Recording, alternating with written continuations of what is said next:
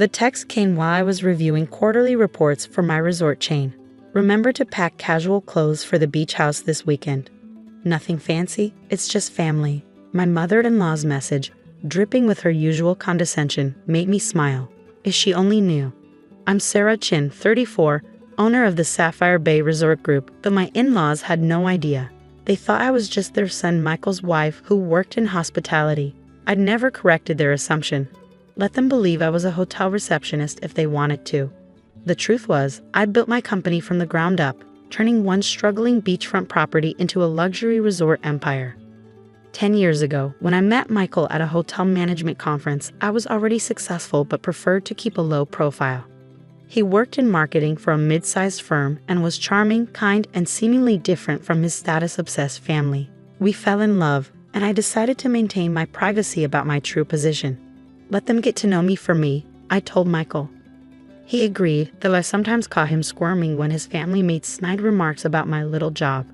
The annual family beach vacation had always been a power play for my mother-in-law, Regina. She'd rent the most expensive house at Sapphire Bay, my flagship resort, and spend the week reminding everyone that she was the one treating the family to this luxury. The fact that she was actually paying me for the privilege was a private amusement I kept to myself for 5 years. But this year was different. 2 months ago, I'd overheard Regina and my sister-in-law Amanda plotting during a family dinner. It's time Michael traded up, Regina had said, not realizing I was approaching the kitchen. That Jessica from his office would be perfect. Her father owns half of downtown. Sarah's sweet, but she's just not our caliber. This beach trip is our chance to show Michael the difference between class and, well, you know. I quietly stepped back, my hand finding the resort keycard in my pocket, the master key with my name and title emblazoned on it. Maybe it was time for a different kind of vacation. Friday afternoon, I arrived at the beach house ahead of everyone else, using my private access road. The staff, who knew exactly who I was but were well trained in discretion, had everything prepared according to my specifications. I changed into a simple sundress, exactly the kind Regina would consider cheap, and waited. They arrived in a convoy of luxury cars, Regina leading the way in her Mercedes SUV. Michael kissed me hello while his mother surveyed the house with her usual proprietary air. Amanda trailed behind with her husband Tom, and the new addition to their group, Jessica from Michael's office, wearing a designer swimsuit that probably cost more than Regina thought I made in a month. Sarah, dear, Regina's voice carried that familiar false sweetness. Help Maria with the luggage, won't you? She gestured to their housekeeper, who was struggling with several expensive bags. Actually, I smiled. Maria can take the afternoon off. I've arranged for butler service for the house. Regina's eyes narrowed at my presumption.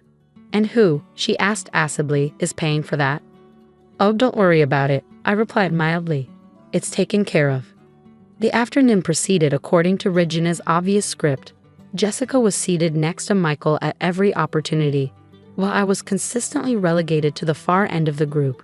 My husband, I noticed with growing disappointment, did nothing to stop it. Sarah, Regina announced during dinner on the terrace, be a dear and check why the air conditioning isn't working properly in the east wing. I set down my wine glass. I can call maintenance. No, she interrupted. You work in hospitality, surely you know how to handle these little problems. Jessica, why don't you tell Michael more about your father's new development project? I felt a familiar buzz from my phone. The resort's security team sending their nightly report. I excused myself, not that anyone besides Maria noticed, and stepped into the house. Through the window, I could see Jessica touching Michael's arm, laughing at something he'd said. My husband was beaming at the attention. The security report included camera footage from the beach house. I watched Regina and Amanda in the kitchen earlier, spiking my water glass with what appeared to be liquid laxative. How original. I typed a quick message to my head of security. Proceed with Protocol 17. When I returned to the terrace, Regina was holding court. Really, Sarah? I don't know why you insist on wearing that Target dress to dinner. We have standards here. Right, Michael? My husband shifted uncomfortably but said nothing. Jessica smirked behind her wine glass. Speaking of standards, Regina continued, I've been thinking. This house really isn't big enough for everyone. Sarah, dear, perhaps you'd be more comfortable at one of the budget hotels in town. This is a family gathering after all. I watched Michael, waiting for him to defend me. Instead, he stared at his plate. Honey, Mom has a point. It is getting crowded, and you'd probably be more comfortable. The doors to the terrace opened. John, my head of security, appeared with 2 other officers. Mrs. Chen, he addressed me formally. Is everything all right? Regina stood up, outraged. Who are you? How dare you interrupt our family dinner? Sarah, since you work here, deal with this immediately. I smiled, reaching into my purse for my master keycard and ID badge. Actually, Regina, I do need to deal with this. As owner and CEO of Sapphire Bay Resorts, I'm afraid I have to inform you that your reservation has been canceled. The silence was absolute. Michael's fork clattered to his plate. Owner? Regina whispered. Yes, I replied calmly. Owner. Of this resort and the entire chain. All 17 properties, actually. And since you violated multiple terms of your rental agreement, attempting to poison another guest, for instance, I'm exercising my right to terminate your stay. But, Amanda sputtered, you're just a hotel clerk. No, that's just what you chose to believe because it fit your prejudices. I've owned this resort chain for 12 years. I let you treat me like the help because I wanted to see who you really were. Congratulations, you showed me. I turned to my husband, who was staring at me like he'd never seen me before. Michael, I'm disappointed but not surprised by your behavior. You'll be hearing from my lawyer about the divorce proceedings. And Jessica, I addressed the now pale woman, you might want to update your resume. I just bought a controlling interest in your father's company. Your position is being eliminated in tomorrow's restructuring. Regina found her voice. You can't do this. We have a contract. The contract you never bothered to read. The one that gives me the right to evict guests for cause. John, please escort everyone out. Their belongings will be sent to whatever accommodations they can find in town. I paused. Though I should warn you, I own all the luxury properties in a 50-mile radius. You might want to try the Motel 6. You've been lying to us for years. Regina shrieked as security began clearing the terrace. No, Regina. I simply let you show me who you really were. You never bothered to ask what I actually did, never showed any interest in my work or my life. You were too busy trying to replace me with someone you thought was better suited to your social status. I watched as they were escorted to their cars, Regina still protesting, Amanda in tears, Jessica trying desperately to make calls on her phone. Michael lingered. Sarah, I didn't know. That's the problem, Michael. You didn't want to know. You were so worried about keeping your mother happy that you never stood up for your wife. Good luck with the divorce. Don't worry about a settlement. I've already transferred enough to your account to buy a small condo. Maybe your mother will let you live in her pool house. As their cars disappeared down the private drive, I turned to Maria, who was watching with wide eyes. Maria, I'd like to offer you a new position as head of housekeeping services for the resort. With full benefits and triple your current salary, of course. The woman burst into tears of joy, hugging me. Thank you, Mrs. Chen. I can't believe you let them treat you that way all these years. I smiled, watching the sunset over my resort. Sometimes, Maria, the best revenge is simply letting people show you exactly who they are. Now, shall we discuss your new duties over dinner? I believe we have a lovely meal going to waste. The video went viral 3 days later.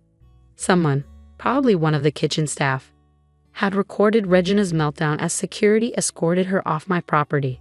The clip of her screaming, "But we're family," while being walked to her Mercedes racked up millions of views. Social media had a field day with the beach house boss lady saga, particularly when someone dug up Regina's old Facebook posts bragging about treating the family to luxury vacations at Sapphire Bay. I watched the fallout from my private suite at the resort's penthouse, sipping coffee and reviewing acquisition proposals. My phone hadn't stopped buzzing since that night. Calls from Regina, Michael, Amanda, their friends, their country club associates. I blocked them all. The only call I took was from Jessica's father. Mrs. Chen, he'd said, his voice carefully controlled. I believe we need to discuss the recent changes in company ownership. Mr. Bradford, I replied, we certainly do, particularly your daughter's involvement in attempting to break up my marriage. I'm sure the board would be interested in those text messages between her and my mother-in-law. plotting to seduce my husband during a company-sponsored event. The silence on his end was delicious. Now I continued about that merger you've been pursuing with Henderson Group. I'm prepared to make it happen, provided Jessica is relocated to your Singapore office immediately. That can be arranged. Wonderful. My lawyers will be in touch. The divorce proceedings moved quickly. Michael's lawyer nearly choked when he saw my financial disclosures. The prenup I'd insisted on, the one Regina had called unnecessary for someone of Sarah's position, proved invaluable. Michael got exactly what we'd agreed to, enough for a modest fresh start, nothing more. Regina's attempts at damage control backfired spectacularly. Her tearful interview with a local news station, claiming she'd been blindsided by her daughter-in-law's deception, prompted my PR team to release security footage of her attempting to spike my drink. The resulting headlines weren't kind. Mother-in-law's poisoning attempt exposed. Beach house drama continues. Amanda tried playing peacemaker, showing up at my corporate office unannounced. Sarah, please, she begged, Mom's a wreck. The country club is freezing her out. Her charity board asked her to step down. Can't you make this all go away? I looked up from my laptop, where I'd been reviewing plans for my newest resort acquisition. Coincidentally, the very property Regina had been bragging about booking for next year's family vacation. Make what go away, Amanda? The consequences of your actions? The truth about how you all treated me? Or just the public embarrassment of being exposed? We didn't know who you were. That's exactly the point. You shouldn't have to know someone's net worth to treat them with basic respect. I turned my screen to show her the property listing. By the way, I just bought the Vista Del Mar Resort. Your mother might want to find a new venue for her annual I'm Better Than You vacation. The aftermath rippled through their social circle. Regina's carefully curated image as the family matriarch crumbled. Her friends, those same women who'd smirked at her subtle digs about her daughter-in-law's modest background, now whispered about her behind designer handbags. The irony of them doing so in my hotels wasn't lost on me. Michael attempted reconciliation exactly once. He showed up at my corporate office wearing the suit he bought for our wedding. I miss you, he said, standing awkwardly in front of my desk. I was wrong. I should have stood up to them. Yes, you should have. I kept my voice neutral. But you didn't, not once in 5 years. I didn't know you owned all this. If I'd known. That's the problem, Michael. You needed to know I was wealthy to treat me with respect. It should have been enough that I was your wife. He left my office with slumped shoulders, finally understanding what he'd lost. Not my money, the prenup ensured he'd never had that, but my trust, my respect, and any chance of a future together. 6 months after the beach house incident, I hosted a charity gala at my flagship resort.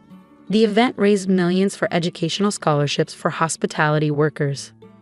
Maria, now my head of housekeeping services, gave a moving speech about opportunities and second chances. Regina tried to purchase a ticket. Her payment was refunded with a note. We reserve the right to refuse service. The media coverage was extensive. Business magazines that had once dismissed me as lucky or in the right place at the right time now praised my strategic brilliance in building my empire. A famous business journal wanted to profile me for their Women in Leadership issue. Looking back, I told the interviewer, I'm almost grateful for how they treated me. It taught me valuable lessons about character, about how people behave when they think you're beneath them. I've incorporated those lessons into my company culture. Every employee, from dishwasher to executive, is treated with equal respect. The article went viral. Applications to work at my resorts tripled. I instituted a new hiring policy. Any hint of elitism or superiority in an interview was automatic disqualification. 1 year after the beach house incident, I received an invitation to Michael and Jessica's engagement party. Apparently, she'd returned from Singapore and they'd reconnected. The venue? One of my competitors' hotels, the only luxury property in the area I didn't own. I sent a gift, a framed copy of the rental agreement from that fateful beach weekend with a clause about behavior-based eviction highlighted. My note read, "Congratulations. May your new family treat each other better than your last one treated me." Regina, I heard, had sold her beach house, the one she'd spent years renovating to keep up with the Sapphire Bay aesthetic. The buyer, my company, through a shell corporation. I had it converted into a retreat center for overworked hospitality employees. The transformation of my business continued. Sapphire Bay Resorts became known for more than luxury. We were celebrated for our corporate culture, our employee retention, and our zero-tolerance policy for guest harassment of staff. Maria's daughter became our first scholarship recipient, heading to Cornell's hotel management program with a full ride. When Regina's friends complained about the decline in service standards, since I'd instituted my progressive policies, I had their memberships in our loyalty program revoked. The final twist came during a routine business acquisition 2 years later. I was reviewing the purchase of a small but exclusive country club, the very one where Regina had held court for decades. Mrs. Chen, my assistant, said, "There's one small detail you should know. Mrs. Regina Wallace holds a lifetime membership." I smiled, thinking of all those years of condescension, of being treated like the help, of watching my husband fail to defend me. "Please inform Mrs. Wallace that under new ownership, all memberships are subject to review." Her presence would make other members uncomfortable. I used the exact words she used about me at the beach house. The letter terminating her membership was delivered the same day she received an invitation to Michael and Jessica's wedding at a budget hotel ballroom. Apparently, Jessica's father's new Singapore-based position had affected their circumstances more than expected. I donated Regina's membership fees to the scholarship fund. The first recipient? Maria's youngest daughter, who dreamed of owning her own hotel someday. Sometimes, sitting in my penthouse office overlooking the ocean, I think about that last family dinner at the beach house. The shock on their faces, the sudden realization that the person they dismissed had held the power all along. But real power, I've learned, isn't in wealth or status. It's in being true to yourself, in treating everyone with dignity regardless of their position, and in never letting anyone else define your worth. Regina still drives past the resort sometimes.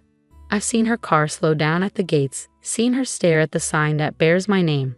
I wonder if she finally understands that her greatest mistake wasn't in underestimating my wealth. It was in underestimating my worth. The beach house where it all ended is now my favorite private retreat. I've kept one thing from that last dinner: the wine glass Regina tried to spike. It sits in a display case in my office, a reminder that success isn't just about making money. It's about maintaining your dignity while letting others reveal their true character.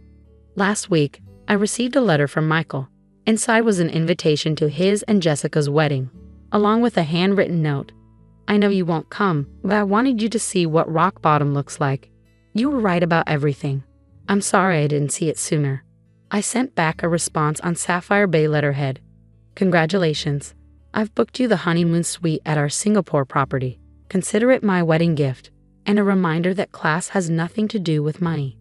The suite, of course, didn't exist, but I'm sure they'll figure that out when they get there. After all, some lessons are best learned the hard way.